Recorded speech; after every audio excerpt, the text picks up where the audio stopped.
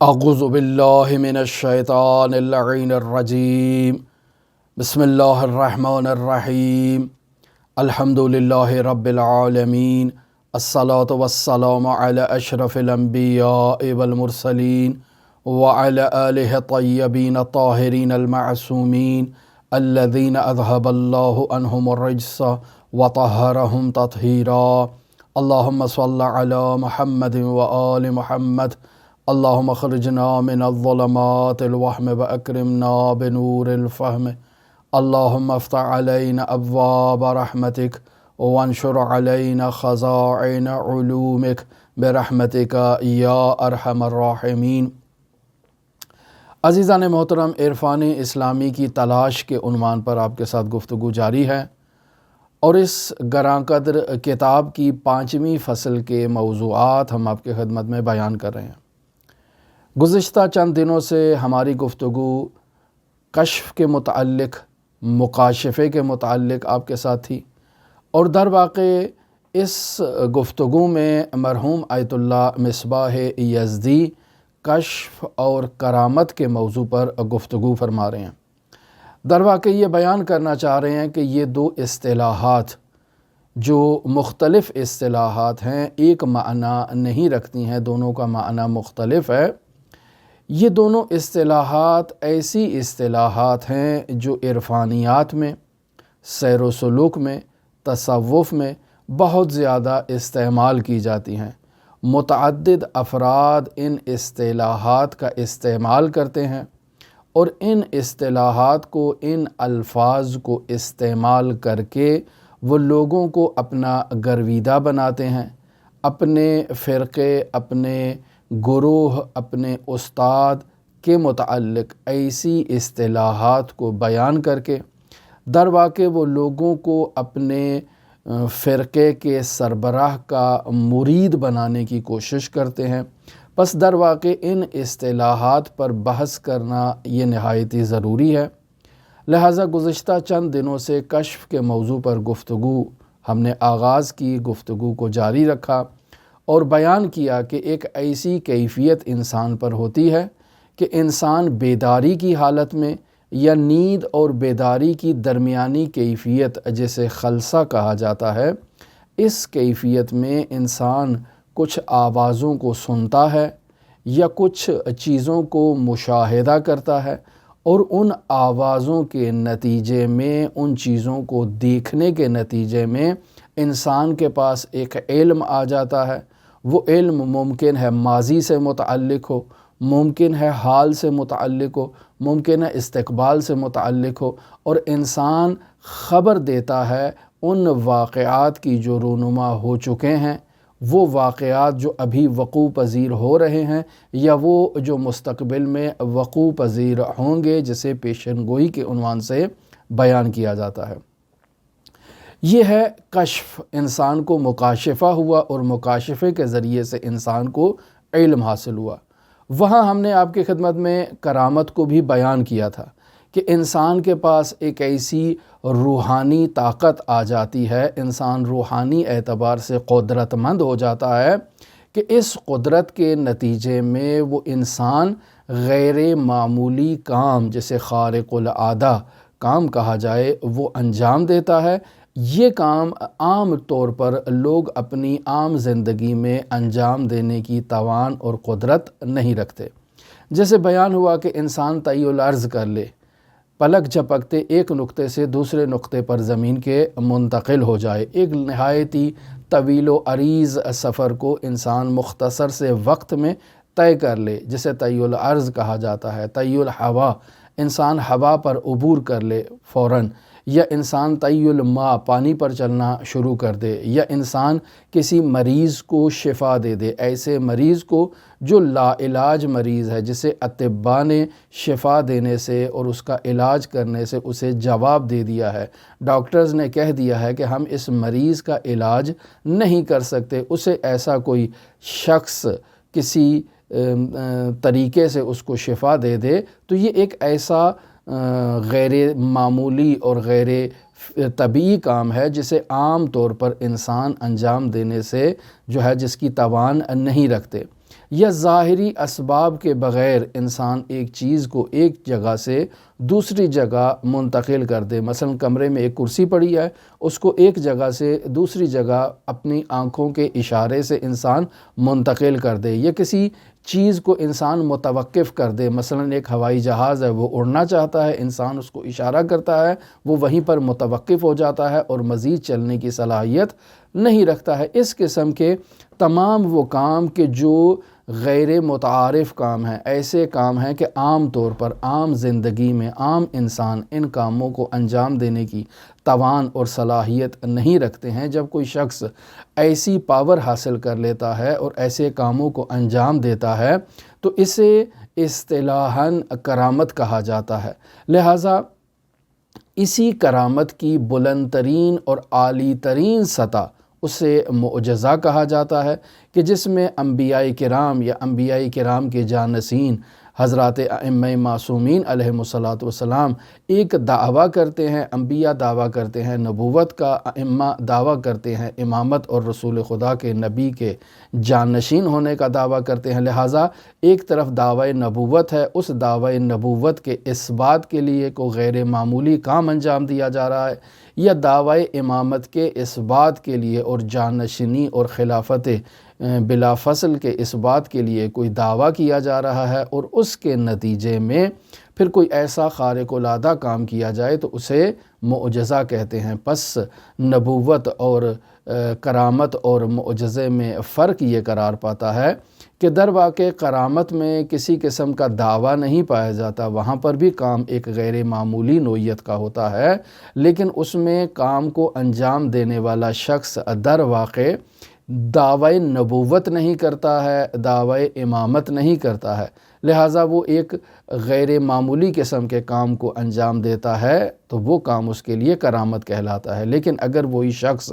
دعوی نبوت کرتا ہو اور دعوی امامت کرتا ہو، جانشینی کا دعویٰ کرتا ہو کسی نبی کی، اور پھر اس دعویٰ کے بعد وہ اگر کوئی ایسا فعل انجام دیتا ہے جسے بطور معمول عام طور پر افراد اپنی زندگی میں انجام دینے سے عاجز ہیں، اور پھر وہ جو کام انجام دے رہا ہے اسی کام کو انجام دینے سے متعلق اپنے دعوی نبوت یا دعوی امامت کے ساتھ اس کو جو ہے وہ ملحق بھی کرے، کہے کہ میں اللہ کا نبی ہوں، یہ کام کرنے کی صلاحیت رکھتا ہوں، یہ کام کرتا ہوں، یا لوگ اس سے تقاضا کریں کہ یہ کام آپ انجام دو تو ہم آپ کی اس دعوی نبوت و امامت کو ایکسیپٹ کر لیں گے، تو پھر ایسے میں اگر کوئی شخص کوئی ایسا غیر طبعی کام انجام دیتا ہے جسے عام طور پر انسان اپنی زندگی میں انجام دینے سے عاجز ہوں تو اسے معجزہ کہا جاتا ہے۔ آج کی گفتگو میں ہم آپ کی خدمت میں کرامت کی حقیقت کو بیان کرنا چاہ رہے ہیں۔ در واقع آپ سے گزشتہ 3-4 دن ہم نے باقاعدہ جو درس آپ کی خدمت میں بیان کیے اس میں مکاشفے سے متعلق بحث ہوئی۔ کرامت کی بحث بھی مکاشفے سے مشابہ بحث ہے، یعنی کرامت میں بھی انسان غیر معمولی کام انجام دیتا ہے، جبکہ مکاشفے میں اور کشف میں انسان غیر معمولی خبر دیتا ہے۔ کل کیا ہوا، پرسوں کیا ہوا، 10 سال پہلے کیا ہوا، جس چیز کو کوئی نہیں جانتا اس چیز کی خبر دے دینا، یا ابھی اس وقت کیا ہو رہا ہے، میرے دل میں کیا چیز گزر رہی ہے، ایسی خبر دے دینا جس سے کوئی واقف نہیں ہے، یا مستقبل میں کیا ہوگا، ایک ایسی خبر دے دینا جس کا کسی کو علم نہیں ہے، وہ خبر دے دی جائے، اور بعد میں چند سالوں کے بعد جب وہ خبر واقعے کے مطابق ہو تو انسان کہے کہ فلاں شخص نے پیشن گوئی کی تھی اور اس کی پیشن گوئی جو ہے وہ بالکل واقعے کے مطابق ہے۔ پس اس طرح سے غیر معمولی خبر جو انسان دیتا ہے، اور بیان ہوا کہ غیر معمولی خبر دینے کے جو طرق ہیں وہ بھی مختلف ہیں، اور اس موضوع پر تفصیلی ہم گفتگو کر چکے ہیں۔ عین اسی طرح سے انسان جب غیر معمولی کام انجام دیتا ہے تو اس کی بھی کچھ انواع ہیں۔ ایک دفعہ انسان غیر معمولی جو کام انجام دے رہا ہے تو یہ اس کا اکتسابی نہیں ہے بلکہ غیر اکتسابی ہے، یعنی خداوند متعال نے انسان کو ایک ایسی قدرت، ایک ایسی انرجی، ایک ایسی پاور، ایک ایسی طاقت عطا کر رکھی ہے کہ اس خدا دادی طاقت کے نتیجے میں انسان غیر معمولی کام کو جو ہے وہ انجام دیتا ہے۔ مثلا خداوند متعال نے انسان میں ایسی جینیٹک صلاحیتوں کو رکھ دیا ہے کہ جن کے تحت وہ غیر معمولی کام کو انجام دیتا ہے۔ مثلا اس کی قوت دید اللہ تبارک و تعالیٰ نے اس قدر قوی کر دی ہے کہ وہ نارمل انسانوں سے ہٹ کے چیزوں کو مشاہدہ کرتا ہے۔ لہٰذا ایک انسان اگر بالفرض 5 کلومیٹر تک بغیر کسی جو ہے وہ لینز کے یا بغیر کسی دوربین کے اگر کسی چیز کو مشاہدہ کر سکتا ہے، تو یہ انسان 10 کلومیٹر تک بغیر کسی جو ہے وہ چیز کے اس شے کو مشاہدہ کرنے کی صلاحیت رکھتا ہو۔ لہٰذا اس کی جو قوت دید ہے وہ عام افراد کی نسبت زیادہ قوی اور زیادہ مضبوط ہے۔ یا بعض افراد کی قوت شامہ بہت قوی ہے، یعنی سونگھنے کی پاور بہت زیادہ ہے۔ عام افراد اس پاور کے حامل نہیں ہوتے ہیں، لیکن اس میں ہے۔ جیسے گزشتہ درسوں میں مثال دی کہ وہ رشین خاتون جو تھی اس میں یہ طاقت تھی، یہ پاور تھی کہ وہ انسان کے تمام بدن کے اندرونی اعضاء کا معائنہ کر سکتی تھی، دیکھ سکتی تھی کہ ان میں کون سی چیز درست ہے، کون سی چیز خراب ہے، ناقص ہے۔ لہٰذا وہ بتاتی تھی ان افراد کو کہ جو مریض ہوتے تھے کہ تمہارے جسم کے فلاں حصے میں فلاں جگہ پر فلاں مرض ایجاد ہو چکا ہے، اس کی اصلاح کرو، اس سے متعلق جو ہے وہ ٹیسٹ کرواؤ، ڈاکٹر کی طرف رجوع کرو، ڈاکٹر سے دوائی لو۔ اور پھر جب وہ رجوع کرتے تھے تو عین ویسا ہی ہوتا تھا۔ بس اوقات بیان ہوا کہ الٹرا ساؤنڈ مشینیں غلط رپورٹ دے دیتی تھی، لیکن اس خاتون کی جو خبر تھی وہ بالکل درست تھی۔ پس اس خاتون کے اندر جو انرجی تھی وہ درواقع خداوند متعال نے اس کو عطا کی تھی۔ یہ اس نے کسی محنت کر کے اس کو حاصل نہیں کیا تھا، اس نے کسب نہیں کیا تھا۔ پس خدادادی صلاحیت کے نتیجے میں انسان غیر معمولی خبر دے دے یا کوئی غیر معمولی کام انجام دے، یہ بھی درواقع ایک قسم کی کرامت ہی کہلائے گا، چونکہ اللہ تبارک و تعالیٰ سے منتسب ہو چکا ہے یہ عمل۔ دوسری ایک غیر معمولی کام کی نوعیت یہ ہے کہ انسان غیر معمولی کام کو انجام دیتا ہے، لیکن اس کام کو انجام دینے کی پاور جو انسان کے وجود میں آئی ہے، اس پاور کو انسان نے کسب کیا ہے، حاصل کیا ہے، محنت کی ہے، مشقت کی ہے، ریاضت اٹھائی ہے، چلہ اس نے کیا ہے، جس کے نتیجے میں اس کے اندر یہ ایک ایسی جو ہے وہ پاور آئی ہے۔ لہٰذا اس طاقت کو حاصل کرنے کے لیے انسان بسا اوقات نہایتی طاقت فرسا قسم کے چلوں کو اور ریاضتوں کو انجام دیتا ہے کہ بطور معمول عام انسان اپنی زندگی میں ایسے جو چلے ہیں یا ایسی ریاضتیں جو ہیں انہیں انجام دینے کی توان نہیں رکھتا ہے۔ نہایتی دشوار کام ہے۔ اب جب انسان ایک ایسی ریاضت کر لیتا ہے، ایک ایسی مشقت کر لیتا ہے، ایک ایسی محنت کر لیتا ہے، تو اس کے نتیجے میں انسان ایسے کاموں کو انجام دے سکتا ہے جنہیں عام طور پر انسان انجام دینے کی صلاحیت نہیں رکھتے ہیں۔ مثلا انسان جادوگری میں مہارت حاصل کر لیتا ہے۔ اب معاشرے میں موجود جو افراد ہیں وہ جادوگر تو نہیں ہیں، انہیں جو ہے وہ جادو کے ذریعے سے جو ہے وہ غیر معمولی کام انجام دینے کی ان میں صلاحیت نہیں ہے، لیکن اس شخص نے باقاعدہ کسی سے سیکھا ہے، باقاعدہ کسی سے تربیت حاصل کی ہے، باقاعدہ کوئی ایسا وظیفہ یا کوئی ایسا عمل اس نے کیا ہے جس کے نتیجے میں اس کے پاس جادو کی انرجی آ چکی ہے، ایک پاور آ چکی ہے، جس کے ذریعے سے یہ ایسے کام انجام دیتا ہے جسے عام طور پر انسان انجام نہیں دے سکتا۔ یہ انسان جو ہے وہ وظیفہ کرتا ہے، چلہ کرتا ہے، اور اس وظیفے اور چلے کے نتیجے میں وہ باقاعدہ ارواح کو حاضر کر لیتا ہے، جنات کو تسخیر کر لیتا ہے۔ یہ اس قسم کے وہ تمام کام جو ہندو مرتاض جوگی اپنی زندگیوں میں انجام دیتے ہیں، اور ان کاموں کے نتیجے میں ان کے وجود میں ایسی انرجی آ جاتی ہے کہ جو بطور معمول عام انسانوں میں نہیں پائی جاتی ہے۔ جیسے اس کے لیے ان کی ریاضتوں میں سے ایک ریاضت ایسی ہوتی ہے کہ وہ تیز دھار چیز کے اوپر جو ہے وہ بیٹھ جاتے ہیں، لیٹ جاتے ہیں۔ مثلا شیشے کی بوتلوں کو توڑ کے زمین پر بچھا دیں گے اور اس کے اوپر لیٹ جائیں گے، یا نوکیلے قسم کے چاقوؤں کو یوں کھڑا کر کے رکھ دیں گے اور ان کے اوپر جا کر وہ لیٹ جائیں گے، یا زمین میں یا کسی تختے کے اوپر کیلوں کو جو ہے وہ لگا کر اس تختے کے اوپر کیل ہی کیل ہوں، یہ اس کے اوپر جا کر لیٹ جائیں گے، اور اس انداز میں یہ اس کے اوپر لیٹیں گے کہ ان کے بدن میں کسی قسم کا کوئی زخم، کسی قسم کا خون ایجاد نہیں ہوگا، اور ان کے بدن کو کسی قسم کی تکلیف نہیں ہوگی۔ کیوں؟ چونکہ انہوں نے اس کام کے اوپر ریاضت کی ہے، محنت کی ہے، چلہ کیا ہے، وظیفہ کیا ہے۔ اب یہ چیزیں ان کو آسیب نہیں پہنچاتی ہیں، ان کے وجود کو تکلیف نہیں دیتی ہیں۔ یہ انسان بغیر ہاتھ لگائے ایک چیز کو دوسری جگہ سے، ایک جگہ سے دوسری جگہ منتقل کر دیتا ہے۔ مثلا آپ دیکھیں ایک انسان نے ریاضت کی ہے، محنت کی ہے، کمرے کا سامان بکھرا ہوا ہے، وہ آنکھوں کے اشارے سے اس سامان کو ایک جگہ سے دوسری جگہ منتقل کر دے۔ بعض افراد میں اگر ایسی صلاحیت ہو تو وہ اپنے کمروں کو ایسے مرتب کر لیتے ہیں، یا انسان کے پاس ایک ایسی ذہنی طاقت آ جائے کہ اس ذہنی طاقت کے نتیجے میں انسان کا ذہن وہ کام کرنا شروع کر دے کہ جو بطور معمول عام طور پر انسان کی زندگی میں انجام نہیں دیا جا سکتا ہے۔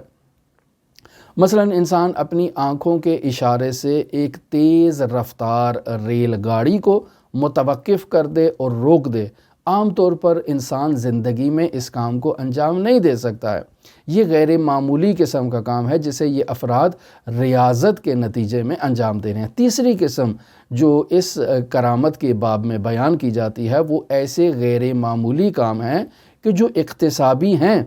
لیکن ان اکتسابی کاموں کی نسبت جو ہے وہ خداوند متعال کی طرف ہے، یعنی انسان اللہ تبارک و تعالیٰ کی بندگی اختیار کرتا ہے، اللہ تبارک و تعالیٰ کے احکامات پر عمل کرتا ہے، اس بندگی کے نتیجے میں، ان احکامات پر عمل کرنے کے نتیجے میں انسان کے وجود میں ایک ایسی طاقت آ جاتی ہے کہ خداوند متعال اس انسان کو اپنے کون کا مالک بنا دیتا ہے، اور پھر یہ انسان خدادادی صلاحیتوں کے نتیجے میں وہ طاقتیں، وہ انرجی جو اللہ نے اس انسان کو عطا کی ہیں، یہ انسان در واقع ان انرجی کے نتیجے میں ایسے کام انجام دیتا ہے جسے عام طور پر انسان اپنی زندگی میں انجام نہیں دے سکتا۔ پس بیان ہوا کہ مکاشفہ یا کشف یہ واقعیت رکھتا ہے، یہ حقیقت رکھتا ہے، اور اس کی تفصیلی گفتگو ہم آپ کے ساتھ بیان کر چکے۔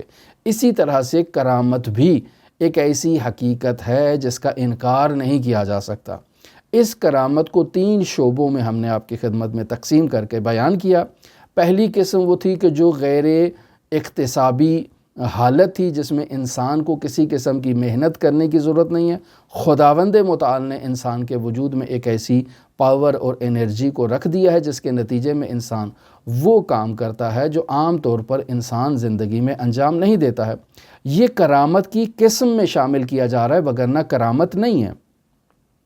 اسی طرح وہ افراد کے جو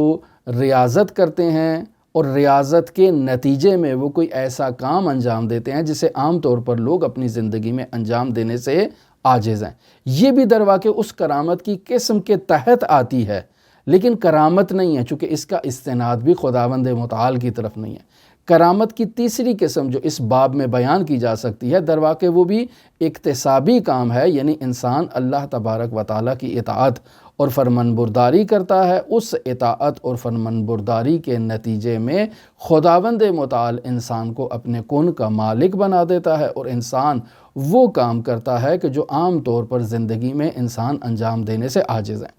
اب یہ تینوں قسمیں جو ہم نے آپ کی خدمت میں بیان کی، یہ تینوں قسمیں حقیقت پر مشتمل ہیں، واقعیت پر مشتمل ہیں۔ معاشرے میں ایسے افراد موجود ہیں کہ جو اس قسم کے امور کو انجام دیتے ہیں، اور مرحوم آیت اللہ مصباح بیان کر رہے ہیں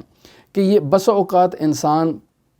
ان چیزوں کے بارے میں جب پڑھتا ہے، ان چیزوں کے بارے میں جب بیان کرتا ہے، تو ایسی بات ذہن میں فی البداہہ طور پر انسان کے آتی ہے کہ شاید یہ کوئی ترفند ہو، شاید یہ کوئی شعبدے بازی قسم کی چیز ہو، شاید اس کا واقعیت سے کوئی تعلق نہ ہو، یہ لوگوں کو جو ہے وہ دھوکہ دے رہے ہوں۔ تو اس بارے میں آیت اللہ مصباح فرما رہے ہیں کہ نہیں، یہ چیزیں واقعیت رکھتی ہیں، حقیقت رکھتی ہیں، اور مختلف ممالک کے جو افراد ہیں کہ جو سماجی میدان میں مہارت رکھتے ہیں، نفسیاتی میدان میں مہارت رکھتے ہیں، سائنسی علوم پر مہارت رکھتے ہیں، تو مختلف ممالک جن میں امریکہ شامل ہے، جس میں یورپی کنٹریز شامل ہیں، ان ممالک سے تعلق رکھنے والے ایسے سماجی، نفسیاتی اور سائنسی علوم کے ماہر افراد نے باقاعدہ ٹیموں کو تشکیل دیا ہے تاکہ وہ اس موضوع پر تحقیق کریں۔ لہٰذا وہ اس موضوع پر تحقیق کرنے کے لیے، ایک تو وہ رشین خاتون کا موضوع آپ کی خدمت میں بیان کیا کہ اس کی باقاعدہ تفصیل سے تحقیقات ہو چکی ہیں، اور باقاعدہ اس کے اوپر کتاب انہوں نے لکھی ہے، اور سارا وہ اپنی تحقیقات کا نچوڑ پیش کیا ہے۔ اسی طرح جو اقتصابی عمل میں جوگیوں کی ریاضتیں ہیں، اس سے متعلق بھی ان ماہرین نے تحقیقات کی ہیں۔ باقاعدہ وہ ان جوگیوں کے پاس گئے ہیں، ان کے پاس انہوں نے زندگی بسر کی ہے، ان کے ساتھ رہے ہیں، ان پر انہوں نے تحقیق کی ہے، سرچ کیا ہے، مطالعہ کیا ہے، اور پھر اس بات کی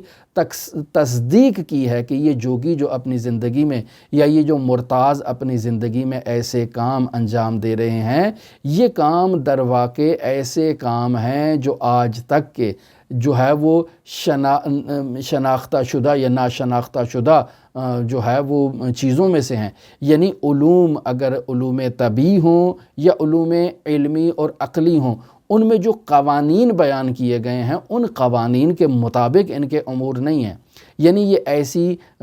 جو ہے وہ غیر معمولی سرگرمی کو انجام دے رہے ہیں، ایسا غیر معمولی فعل انجام دے رہے ہیں کہ ہمارے پاس جتنے بھی علوم سائنسی موجود ہیں یا جتنے بھی معاشرتی اور سماجی علوم ہمارے پاس موجود ہیں، ان میں جتنے بھی قاعدے، قوانین اور ضوابط بیان کیے گئے ہیں، ان کے یہ غیر معمولی، غیر متعارف افعال ان میں سے کسی قانون کے جو ہے وہ تحت منطبق نہیں ہوتے ہیں، لیکن ان کی واقعیت پر تصدیق کی جا رہی ہے کہ یہ کام ہیں، یہ جو فعل انجام دے رہا ہے یہ فعل ثابت شدہ ہے، یہ درست ہے، یہ انجام دے رہا ہے، لیکن اس کے پیچھے کیا علمی دلیل ہے، کیا لاجک ہے، کیا منطق ہے، ہم اس کو ابھی بیان نہیں کر پا رہے، چونکہ ہمارے پاس اس کے لیے کوئی دلیل موجود نہیں ہے۔ ہم طبی میدان میں اس کے لیے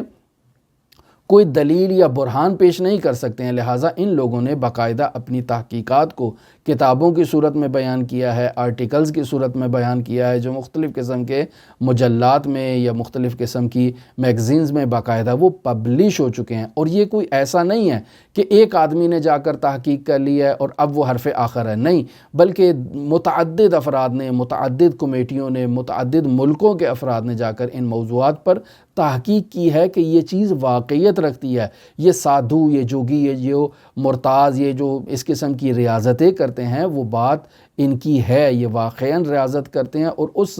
ریاضت کے نتیجے میں ان کے وجود میں ایک انرجی، ایک پاور آ جاتی ہے، اور یہ کئی دفعہ کے تجربات کے نتیجے میں ہم لوگ جو ہیں وہ اس بات کو بیان کر رہے ہیں۔ لہٰذا اس کی مثالوں کے طور پر آیت اللہ مصباح بیان کرنے کے لیے کہتے ہیں کہ جوگی یہ جو غیر معمولی قسم کے امور انجام دے رہے ہیں، انہیں طبی طور پر، انہیں جسمانی طور پر، انہیں نفسیاتی طور پر جو قوانین بیان کیے جاتے ہیں، ان قوانین کے تحت ان کی توجیہ نہیں کی جا رہی ہے۔ البتہ یہ ممکن ہے کہ مستقبل میں کوئی ایسا علم ایجاد ہو جائے، کوئی ایسی تحقیقات ایجاد ہو جائے کہ جس تحقیقات کے نتیجے میں بیان ہو جائے کہ یہ جو سادھو امور کو انجام دے رہے ہیں، یہ جو جوگی اموروں کو انجام دے رہے ہیں، یا اگر کوئی واقعاً اللہ کا بندہ کوئی ریاضت کے نتیجے میں کوئی ایسا جو ہے وہ فعل انجام دیتا ہے جو غیر طبی ہوتا ہے، نارمل انداز میں عام انسان اس کو انجام دینے سے عاجز ہیں، تو یہ جو کام انجام دے رہا ہے اس کے پیچھے فلاں حکمت تھی، فلاں قانون تھا جس کے تحت جو ہے یہ فعل انجام پایا ہے۔ یہاں بطور مثال آیت اللہ مصباح ان مثالوں کو بیان کر رہے ہیں کہ جو باقاعدہ ان محققین نے اپنی کتابوں میں بیان کی ہیں۔ مثلا بیان کرتے ہیں کہ ایک ریل گاڑی آ رہی ہے نہایت سپیڈ سے، یعنی 100 کلومیٹر فی گھنٹہ جو اس کی سپیڈ ہے، وہ گاڑی اس سپیڈ سے جو ہے وہ آگے بڑھ رہی ہے کہ اچانک اس کے سامنے ایک جوگی آ جاتا ہے اور وہ اپنے ہاتھ کا اشارہ کرتا ہے کہ رک جاؤ۔ وہ گاڑی جو اس قدر سپیڈ سے آ رہی ہے اور اس کا ایک نہایت ہی جو ہے وہ سنگین وزن ہے اس گاڑی کے اوپر، وہ فوراً وہاں پر اس اشارے کو دیکھ کر متوقف ہو جاتی ہے، وگرنہ اگر کوئی شے بہت ہی سپیڈ سے آگے کی طرف آ رہی ہو اور اچانک اس کی اگر بریک لگا دی جائے تو وہ اپنا تعادل کھو بیٹھتی ہے، وہ زمین پر گر جاتی ہے، یا بہت ہی شدید قسم کا ایکسیڈنٹ اس ٹرین کے جو ہے وہ لیے پیش آ سکتا ہے، لیکن کچھ نہیں ہوتا ہے، وہ وہیں پہ ایسے متوقف ہو جاتی ہے، ایسے جام ہو جاتی ہے جیسے کچھ جو ہے وہ طاقت نے اس کو اب چلنے سے روک دیا، اور کسی قسم کا ایکسیڈنٹ بھی نہیں ہوتا اور کسی قسم کا جانی نقصان بھی نہیں ہوتا ہے۔ یا اسی طرح اب آپ آیت اللہ مصباح بیان کر رہے ہیں کہ پھر اب جب ان جوگیوں کی ایک ایسی پاور تھی، ایک ایسی طاقت تھی کہ وہ ٹرین کو ایسے روک لیتے تھے، تو اب یہاں سائنسی ماہرین نے باقاعدہ تحقیقات کے لیے اس ٹرین کے اوپر مختلف قسم کے انجینئرز کو بھیجا، مختلف قسم کے ماہرین کو بھیجا تاکہ وہ اس ٹرین کا مطالعہ کریں کہ یہ ٹرین کیوں متوقف ہوئی ہے، کیا اس میں کوئی فنی خرابی ایجاد ہو چکی ہے کہ جس کو ہم اصلاح کر کے، جس کو درست کر کے اس کو حرکت میں لے کر آئیں۔ تو ان تمام انجینئرز نے، تمام جو ماہرین ہیں، انہوں نے اس ٹرین کے تمام زاویوں کا اچھی طرح سے مطالعہ کیا ہے، اور اس کے بعد انہوں نے نتیجہ نکالا ہے کہ اس میں کسی قسم کی کوئی فنی خرابی موجود نہیں ہے۔ لیکن جیسے ہی وہ جوگی آگے سے ہٹتا ہے، وہ ٹرین جو ہے وہ چلنا شروع کر دیتی ہے، لیکن جیسے ہی وہ اس کے سامنے آ کر اس کو اشارہ کرے گا تو وہ ٹرین رک جائے گی۔ اب یہ طاقت اور یہ انرجی جو اس جوگی انسان میں یا اس سادھو میں موجود ہے، یہ ایک ایسی پاور ہے جو عام انسانوں میں نہیں پائی جاتی ہے۔ یہ پھر مثال کے طور پر ایک ہوائی جہاز ہے جو باقاعدہ جو ہے وہ پرواز کرنے کے لیے اپنے رن وے پر آ چکا ہے، اب اس نے پرواز کرنا ہے اور ہر لحاظ سے اس کا معائنہ ہو چکا ہے، مسافروں سے کھچا کھچ بھرا ہوا ہے، سامان سے بھرا ہوا ہے، فیول سے بھرا ہوا ہے۔ اب یہ رن وے پہ اس نے فلائی کرنا ہے، جو ہے وہ وہاں سے رن کرنا ہے اور آگے اس نے جو ہے وہ پرواز کر جانا ہے، لیکن اس کے سامنے ایک جوگی آ جاتا ہے یا کنار پہ یا سائڈ پہ ہی کھڑا ہو کے وہ اس کو اشارہ کرتا ہے اپنے ہاتھ سے کہ رک جا، تو وہ وہیں پہ زمین پہ ایسے جام ہو جاتا ہے کہ جیسے اس کو زمین کے اندر کسی نے کیل لگا کر، میخ لگا کر اس کو وہاں پر مضبوط کر دیا ہے۔ اب ایسے میں انجینئر بھیجے جائیں، سائنسدان بھیجے جائیں، محققین بھیجے جائیں، ماہرین بھیجے جائیں، جو آ کر اس کا مطالعہ کریں کہ اس کا انجن کیوں خراب ہو گیا، یا کوئی ایسی چیز ہے کہ جو خرابی پر دلیل ہو، تو بتایا جاتا ہے کہ نہیں، اس کی ساری چیزیں نارمل ہے، کوئی مشکل نہیں ہے، لیکن جب وہ اشارہ کرے گا تب اس نے حرکت کرنا ہے، وگرنہ اس نے حرکت سے عاجز ہو جانا ہے۔ اب یہ ایک ایسی طاقت ہے، یہ ایک ایسی پاور ہے کہ جو بطور معمول عام انسانوں میں موجود نہیں ہے، لیکن ان افعال کے اوپر باقاعدہ تحقیقات ہوئی ہیں، ایک نہیں بلکہ متعدد افراد نے، متعدد گروہوں نے ایسے موضوعات کا معائنہ کیا ہے، تحقیقات کی ہیں، اور ان پر باقاعدہ اپنے آرٹیکلز یا کتابوں میں انہیں بیان کیا ہے کہ ہمارے پاس کوئی ایسی لاجک موجود نہیں ہے، کوئی ایسا قانون موجود نہیں ہے کہ جس قانون کے تحت ہم یہ نشاندہی کر سکیں کہ یہ جو افراد ہیں وہ ان افراد کی اس پاور کے پیچھے کیا ہاتھ ہے، اور وہ جس شے کو انہوں نے متوقف کیا ہے، چاہے وہ ہوائی جہاز ہے، چاہے وہ ریل گاڑی ہے، اس کے متوقف ہونے کے پیچھے کون سی ایک ایسی طاقت موجود ہے۔ اب یہاں جب ہمارے لیے یہ بات واضح ہو جاتی ہے کہ ایسی چیزیں واقعیت رکھتی ہیں، اور ان چیزوں کو اگر ان انسانوں کی ریاضت پر جو ہے وہ نسبت دی جائے تو کہا جائے گا کہ یہ بھی ایک قسم کی کرامت ہے، لیکن ہم کرامت جسے بیان کرنا چاہ رہے ہیں وہ در واقع اللہ تعالیٰ نے انسانی روح کو ایک ایسی قدرت، ایک ایسی پاور اور ایک ایسی توانائی سے نوازا ہے کہ اگر انسان اپنی روح کی تربیت کرے، اپنی روح کو تقویت کرے، اور اپنی روح کو جو ہے وہ اپنے جو نفس کے اوپر غلبہ اختیار کر لے، تو انسان کے وجود میں ایک ایسی طاقت آ جاتی ہے، ایک ایسی پاور آ جاتی ہے کہ وہ خدا دادی طاقت ہوتی ہے، وہ خداوند متعال کی ایک عنایت ہوتی ہے کہ اللہ اپنے بندے کو مالک کن بنا دیتا ہے۔ لیکن اگر ہم اس سادھو کی طرف دیکھیں، اس جوگی کی طرف دیکھیں، اس مرتاض کی طرف دیکھیں، تو اگر اس کا ظاہری حلیہ دیکھا جائے، اس کی شکل و صورت کو دیکھا جائے، اس کی جسمانی کیفیت کو دیکھا جائے، تو نہ یہ مرتب ہے، نہ اس نے اپنے بالوں کو مرتب کر رکھا ہے، نہ اس نے آداب اسلامی کی رعایت کر رکھی ہے، جسم سے ممکن ہے بدبو آ رہی ہو، ممکن ہے جسم گندگی سے لبریز ہو، اور ایسی صورت میں، اس کی ایسی کیفیت میں، اس انرجی کے بہاف پر کیا ہم اس شخص کو کہہ سکتے ہیں کہ یہ اللہ کے اولیاء الہی میں سے ایک ولی ہے؟ کیا ہم اسے اقطاب میں سے ایک قطب قرار دے سکتے ہیں؟ کیا اسے ہم اخیار میں سے ایک جو ہے وہ بندہ قرار دے سکتے ہیں کہ جس کو اختیار کیا گیا ہو؟ کیا ہم اسے اوتاد میں سے ایک فرد قرار دے سکتے ہیں؟ تو کہا نہیں، ہم ایسا تو ہرگز نہیں کر سکتے ہیں۔ پس کیسے کہا جا سکتا ہے کہ ایسے بے دین انسان کے پیروں کی خاک کو ہم اپنا تبرک قرار دیں اور اس سے برکت حاصل کریں، اس کو اپنی آنکھوں کا سرما قرار دیں کہ بھئی اس بندے میں ایک ایسی پاور اور ایک ایسی انرجی ہے کہ جو کسی انسان میں موجود نہیں ہے، لہٰذا یہ اللہ کا ولی ہے؟ نہیں عزیزان محترم، یہ بات ہرگز ایسے درست نہیں ہے۔ یہ انسان کی سوچ غلط کی عکاسی اور ترجمانی کرتی ہے، انسان کی باطل سوچ کی ترجمانی کرتی ہے، جو ایسے افراد کو اللہ کا ولی ولی مانتے ہیں، اور نہ ہی وہ اللہ کے ولی ہیں، چونکہ نہ تو وہ کسی دین کو مانتے ہیں، نہ وہ کسی نبی کو مانتے ہیں، نہ کسی آسمانی کتاب پر ان کا اعتقاد ہے، بلکہ انہوں نے اپنی زندگی میں کچھ ایسی جو ہے وہ ریاضتیں کی ہیں کہ وہ ریاضت ہے، عبادت نہیں ہے، وہ اطاعت نہیں ہے، اللہ کی فرمان برداری نہیں ہے۔ جب نہ تو انہوں نے کوئی عبادت کی، نہ انہوں نے اللہ کی فرمان برداری کی، نہ انہوں نے اللہ کی خاطر کسی چیز کو ترک کیا ہے، تو کیسے وہ اللہ کے مقرب بندے ہو سکتے ہیں، اور کیسے ہم انہیں اللہ کا مقرب بندہ شمار کر سکتے ہیں؟ مثال آیت اللہ مصباح دیتے ہیں کہ ایک انسان ہے جو ویٹ لفٹنگ کا کام کرتا ہے، وزن برداری کا کام کرتا ہے۔ اس نے آغاز میں اپنے بدن کو ایک تربیت دی ہے، اپنے بدن کو تیار کیا ہے۔ پہلے وہ 10 کلو کا وزن اٹھایا، پھر اس نے اس پہ تمرین کی، پھر 30 پہ، پھر 40 پہ، پھر 50 پہ، پھر 100 پہ، پھر 200، 300، 500، جتنی اس نے اپنے وجود کو مشقت دی ہے، اس نے اپنے وزن کو اٹھانے میں جو ہے وہ اپنے جو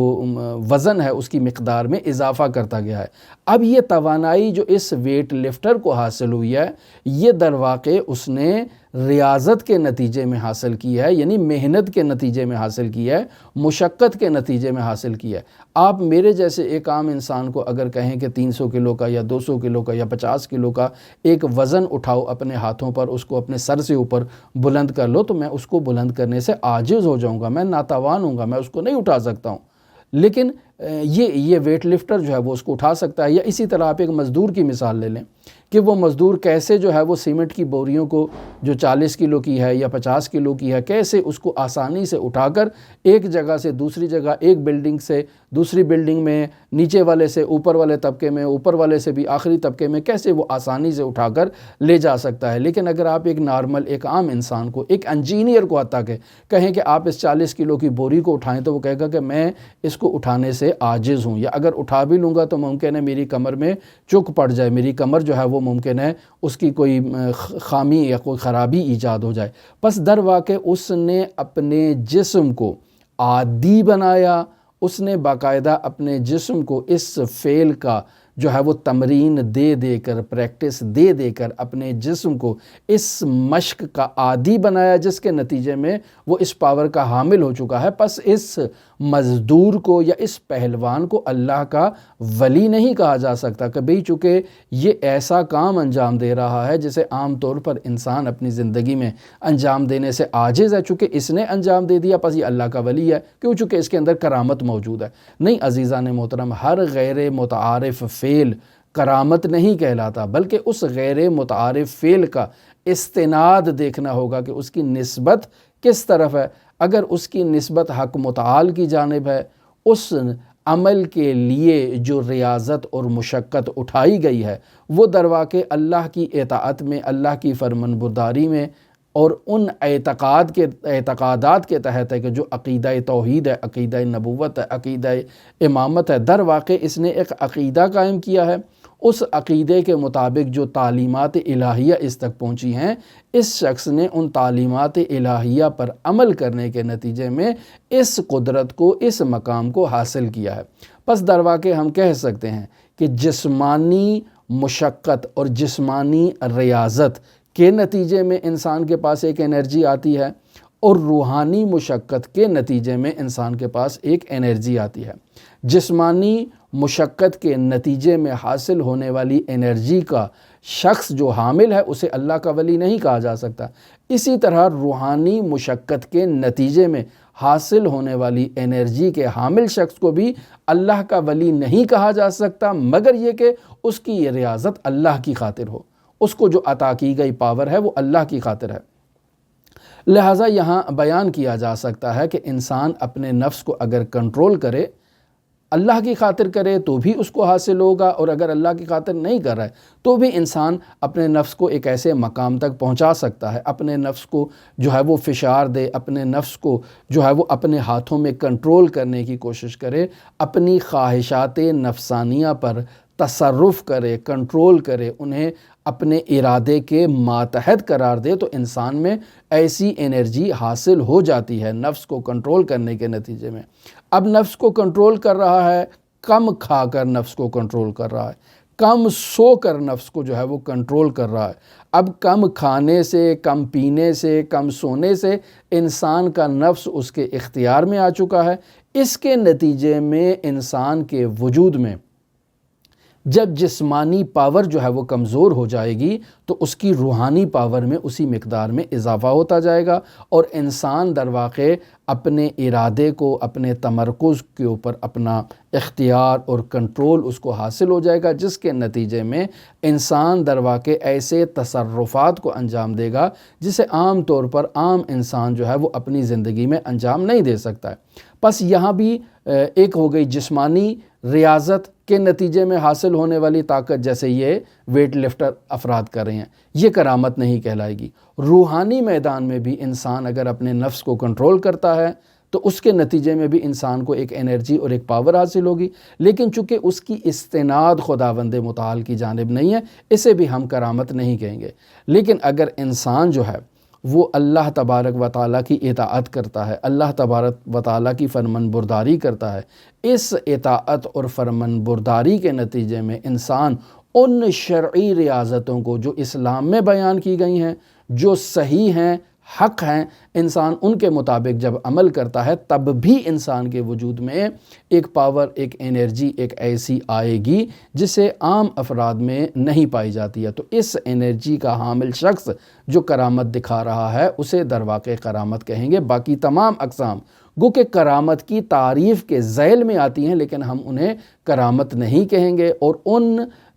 جو انرجیز کے اور ان غیر معمولی افعال اور اعمال کے حامل افراد کو اللہ کا ولی بھی نہیں کہیں گے، اور نہ ہی انہیں ہم قطب شمار کریں گے، اوتاد شمار کریں گے، اخیار میں سے شمار کریں گے۔ لہٰذا اس بات کی طرف توجہ نہایت ضروری ہے۔ کل نہایت اہم موضوع آپ کی خدمت میں ہم بیان کریں گے کہ یہ جو ہم نے آج آپ کی خدمت میں کرامت بیان کی ہے، اس کرامت میں اور جادو میں کیا تفاوت پایا جاتا ہے۔ اس بحث کو جاننا چاہیں تو ہمارے ساتھ کل آپ رہ سکتے ہیں۔ ہماری دعا ہے کہ خداوند متعال ہمیں ان نورانی الہی معارف کو سمجھنے کی توفیق عطا فرمائے، چونکہ کس قدر مشابہت پائی جاتی ہے ان مطالب کی در واقع ان مطالب کے ساتھ جو باطل مطالب ہیں، جو انحرافی مطالب ہیں، تو اس شباہت سے جو ہے وہ خوب اس کو درک کرنے کے لیے انسان کو ذوق سلیم کا اس کے پاس ہونا یہ نہایت ہی ضروری ہے۔ لہٰذا ہم خداوند متعال سے دعاگو ہیں، تقاضا مند ہیں کہ خداوند متعال ہمیں وہ ذوق